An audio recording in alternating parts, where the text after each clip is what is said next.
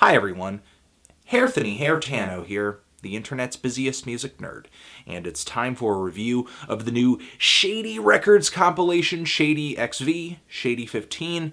This is a collection of tracks from the 15-year-old record label, Shady Records, spearheaded by hip-hop phenom Eminem, Marshall Mathers, Slim Shady, who, if you don't know who Eminem is at this point, for 15 years now, Eminem and Shady Records have been a powerhouse in the music industry, churning out numerous hits, most of which are all over the second disc of this compilation. However, there is a first disc of this comp that is nothing but new material, sort of looking at the present day and the future of Shady Records and sort of giving us a projection of what the label could hope to achieve and release into the future. Now, I'm not going to be talking about this first disc of material all by myself. I'm going to be talking about it with young, up-and-coming reviewer, TheRecordSpins, a.k.a. Mr. Steven Francis. Him and I are going to talk about what we feel about the artists on this compilation, the tracks, the production,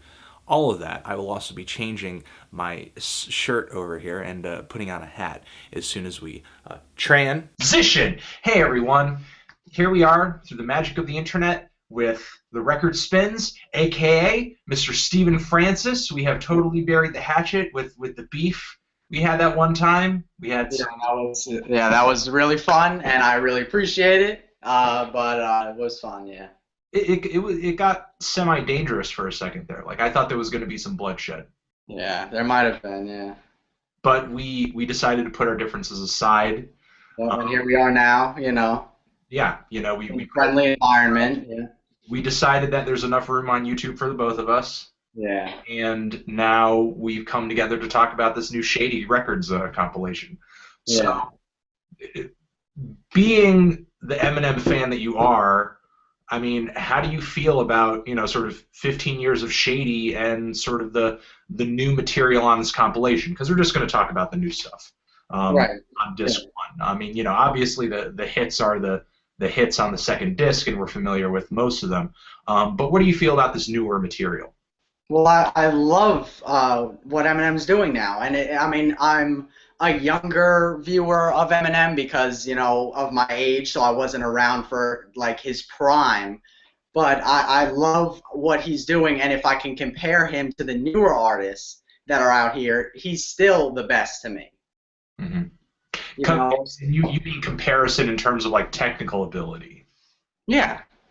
Just his verses, and I know some people say his choruses aren't the best, which I kind of agree with, but his verses and just the way he can do what he does, flow lyrically, it's better than the people right now, and I can speak best for the other rappers out right now. Mm-hmm. I agree to an extent, and that's the reason that I liked Marshall Mathers LP2 so much, and to the point where some people were like, screw you, Anthony, I can't believe that you like this record. But I love that, by the way, while we're on that subject. There isn't much in terms of comparison with Eminem because Eminem is just of a different cloth. He's just a different style. Yeah, you could say he has more technical ability than a lot of newer rappers out there right now. But I feel like he's not really trying to keep up with a lot of them in terms of sound or even songwriting, which I feel he doesn't have to, obviously. He doesn't have to, I guess, by his own standards. But like for my taste, for me, the opening track on this compilation was kind of a letdown, in my opinion. Mostly because like he kind of throws out these really fast, dizzying bars, which are totally cool if you're a battle rapper, and that's the kind of background that he comes from. But it feels like he's just completely ignoring the element of songwriting, and it feels like any instrumental could have been underneath him and it wouldn't have mattered, on this particular track. It's not like there's any kind of structure or anything to this song. The only semblance of structure is really just the beat, which kind of goes through one phase after another. But as far as Eminem's rhyming on this track, while his wordplay is detailed, his rhymes are kooky, and he's got the same personality that he usually does. I guess I was just kind of like left out in the cold on this song. He was kind of like, to me, a battle rapper going into the studio and trying to make a song for the first time. It's like he completely ignored the element of structure, and it just like, I don't know, just made for a really kind of uninteresting song. Not uninteresting bars, but Right. But like you said that the beat doesn't matter when it comes to his lyrics like that. on this particular track, you know, especially with how the instrumental was mixed so low, it was almost as if the beat was kind of a second thought.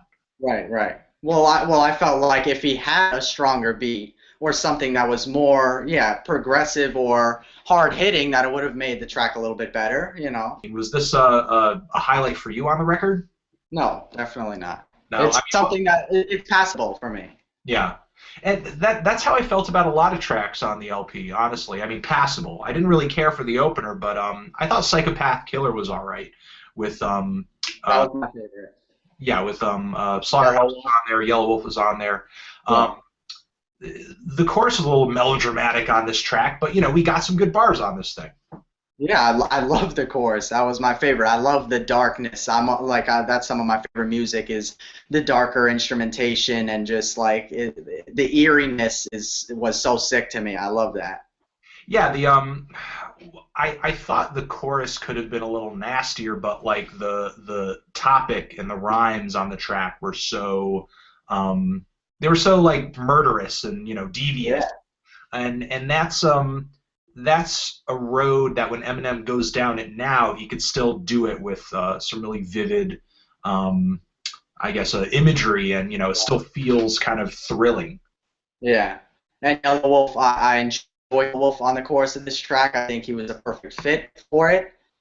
Sometimes I feel like Yellow Wolf could get even a little annoying. I love him on a feature typically, and I actually didn't mind him on the track on this record, even though it wasn't like one of his bolder tracks. I mean, to me, some of the solo tracks on this record, the D12 track, the Slaughterhouse track, the Yellow Wolf track, to me, they weren't bad moments on the compilation, mostly because they felt a little bit more updated than a lot of what Eminem was trying to do, either on the tracks that he was featured on or on his solo tracks, which, I mean, either kind of felt like he was sort of stuck in that battle rap mentality, or he was kind of just trying to recreate past glories, like with, you know, radio powerhouses that he had with Monster and Love the Way You Lie and Skylar Grey and Dido. I don't know if you really cared for that Sia track. Oh, I do. I love that track. Yeah. I mean, to me, that was just kind of like Eminem doing his usual radio hit formula again, and you know, without like, you know, like wowing me any further than he has before. I felt like, but the radio is usually too poppy for me. When he puts Rihanna on a track, Mm-hmm. that's when it's too much for me. Mm-hmm. But Sia is more raw to me. Yeah, I mean, she does have her own voice, yeah. Yeah, so I liked that distinctiveness to her voice and not that kind of toned down the radio kind of feel to it for me, and that's why I was able to enjoy it more. I agree to an extent. I mean, she's definitely a raw singer, like you said, and her choruses on this track were, I think they were a little bit more subtle. You know, it's not like they felt really dumbed down and straightforward. You know, she really had space to kind of do what she does vocally. It didn't really feel like there was any pressure for her to rush through and create an ultra infectious chorus. But to me, again, it just kind of felt like Eminem trying to just plug a different singer into that usual formula he has for a radio hit. Yeah. What was your take on Vegas? You know, the Bad Meets Evil track. It's kind of a track I'm sort of torn on. I disliked it very much. Really? Yeah. I think that the lyrics were just cringeworthy because of how just inappropriate. I mean, and the effects that was put on Eminem's vocals. That was one of the biggest turnoffs for me. Yeah, why would you do that? I don't understand why. It just seemed like a little much for Eminem, and considering it's a Bad Meets Evil cut, I didn't really get the same level of chemistry that I did from some of the better cuts off of the EP that him and Royce did together. You know, it didn't really seem like exciting to have them both on the same track. And uh, yeah, again with the distortion on the vocals on this track, it was really just distracting and didn't really complement Eminem's fast flow. Um, and to me, the only saving grace about the song was that it had a concept. Although it did fall apart a little bit when Royce came in. I guess it had a theme to it, but I mean, there wasn't really much else about it that, you know, made me enjoy it. But I actually enjoyed Royce's verse better, even though you're saying that he may not have held the theme together as well as you would have liked to have. I just liked what he did better than Eminem, which is rare for me. I mean, obviously, I would pick Eminem over anybody, but I just thought he did better. I don't know if you feel anything else on this compilation was a highlight, but the only other track that really stuck out to me was Detroit versus Everybody. Yeah, well, that's an obvious one. It didn't even stick out to me besides the fact that it was just Detroit artists, right? Yeah. I mean, and like if you really listen to it without all the background to it and the hype that it was Big Sean with Eminem for the first time and everything, the transition from the verses to the chorus was just mixed up and everything. I didn't think that was smooth or coherent. It was not that good of a chorus, and although I did like the fact that the beat sort of changed flavors when it moved from one artist to another. Yeah, I mean, yeah, I enjoyed the verses, but yeah, I mean, the rest of that song wasn't there for me. Yeah, I mean, Eminem's verse toward the end was pretty good. Royce kicked off the track really well. That was my favorite again. Big Sean was tolerable, and Danny Brown's verse was awesome. You know, it was awesome to hear Danny Brown. How did I know you were going to say that? No, I mean, I thought he was great on the track. It was one of the better features he's done in a while, I think. You know, I mean, I think he really did his best on that track, and you know, he came with a slightly different flow, and I thought the beat complimented him in a really interesting way. You know, you got this really awesome break beat as soon as he is introduced into the track, and you know, he just says some really nasty ass shit about Detroit, and it goes over really well. But you know, again, I mean, you know, the beat switches up super melodramatic when Eminem comes in again with the chorus that I don't really care for. It just seems like there are some moments of the track that are hyper aggressive, and there are other moments of the track that are just kind of like, I don't know, softer, more emotional. And given the title of the track and all the names you have on it and sort of the theme of the track, you know, you'd want it to be freaking just a barn burner from beginning to end. And, you know, it just felt like Detroit could have gone harder. Yeah, I agree. And, you know, plus I'm sure there are numerous Detroit artists who would have killed to turn up on that track. The only other thing that I can think of is I liked Right For Me. I just want to throw that in there. Yeah. That was one of Eminem's solo cuts, and that was one of my favorites, probably behind Psychopath Killer. Yeah. I think that showed his battle flow a little bit, but in a more you know, acceptable way. With it felt like a better tune. It felt like a better track. You know, a better song. You know, I think my least favorite pick, you know, not my least favorite, but the thing is, what constantly kills some of these tracks for me is the production. You know, I really like the track Die Alone, for example. Eminem is like a fantastic rapper when it comes to addressing introspective, emotional, personal issues, especially on this track. You know, he's a really passionate rapper, but for this song he just got a hold of like the corniest instrumental that he could have gotten his hands on, and there's a moment in the middle of the track where like the guest vocals and the synths are mixed together so badly that it like hurts to listen to. It just comes together in a really noisy, ugly way. Yeah, I was not feeling that at all, that instrumental. And you know, with the new world of amazing producers we have out there right now, really creative producers who, I mean, not only would, you know, do really well getting a guy like Eminem to endorse them, but also, you know, they could potentially bring Eminem a new sound and possibly breathe new life into his music. But instead, he's picking beats like this that are literally awful to listen to. Yeah. So, Eminem, for as talented as he is in certain degrees, there are things that it just feels like because he cares so much about his flow, there are other elements to song creation that he just completely just throws out the window because he knows people really want to hear his bars. He knows people really, really want to hear his flow, and he completely underestimates what he does on the instrumental side of things. And I feel like maybe this is something he was a little more conscious of on Marshall Mathers LP2 because he did not want to fuck that up. Right. And he wanted to deliver the best project that he could in this era of his career. I think he did, yeah. Yeah, and he most definitely did. But I feel like now that the sequel pressure is gone, he's kind of fallen back to just putting out a lot of songs that are just kind of okay. Yeah, I don't know. What's up with that?